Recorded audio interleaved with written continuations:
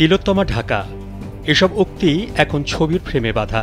যানজটের নগর ঢাকা কর্মব্যস্ত মানুষের অনুভূতিতে অস্বস্তির এক নাম। সম্প্রতি এর সঙ্গে যুক্ত হয়েছে সংঘাত, সহিংসতা ও নিরাপত্তাহীনতার ফিরিস্তি। কথা নেই বলা নেই, হঠাৎ উৎকণ্ঠার ছাপ এসে ভর করছে নগরবাসী জীবনে।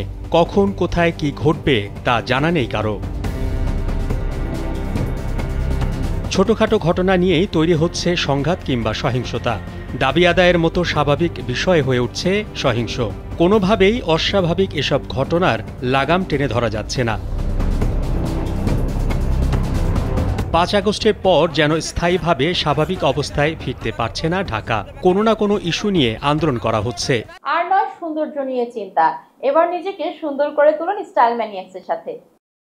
কখনো আনসার, কখনো রিকশা চালক, কখনো গার্মেন্টস শ্রমিক, আবার কখনো চাকরিতে ৩৫ বছর বয়সী প্রত্যাশীরা রাস্তায় নেমে পড়ছেন।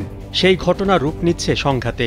ঢাকা ও সিটি কলেজ শিক্ষার্থীদের মধ্যে দফায় দফায় ধাওয়া পাল্টা ধাওয়ার ঘটনার রেশ কাটতে না কাটতেই মাহবুবুর রহমান মোল্লা কলেজকে ঘিরে রণক্ষেত্র তৈরি হয়েছে যাত্রাবাড়ি, শনিরাখড়া এলাকা।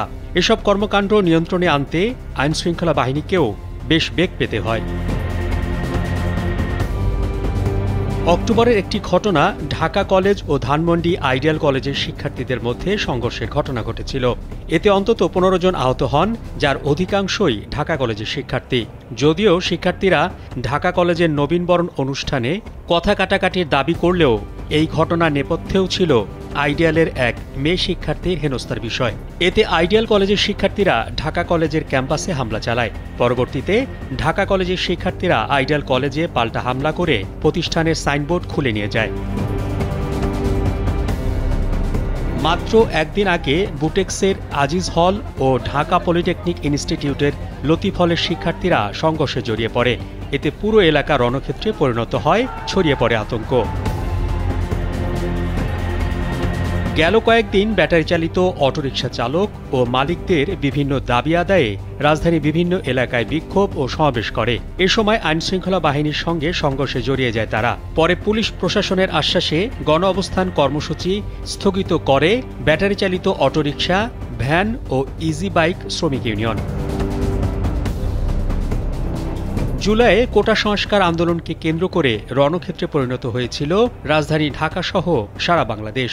দেশের বিভিন্ন স্থানে আন্দোলনকারীদের সঙ্গে আইনশৃঙ্খলা বাহিনী ও সরকার দলীয় নেতাকর্মীদের দফায় দফায় সংঘর্ষে সহস্রাধিক প্রাণহানির ঘটনা ঘটে।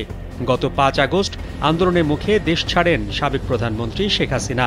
রচিত হয় এক নতুন বাংলাদেশ। তবে এর কিছুদিন পর থেকে বিভিন্ন দাবি আদায়ের আন্দোলনের নামে সহিংসতায় জড়িয়ে পড়ছেন আন্দোলনকারীরা। মোহাম্মদ শাহাবুদ্দিন মাহতাব, কালবেলা।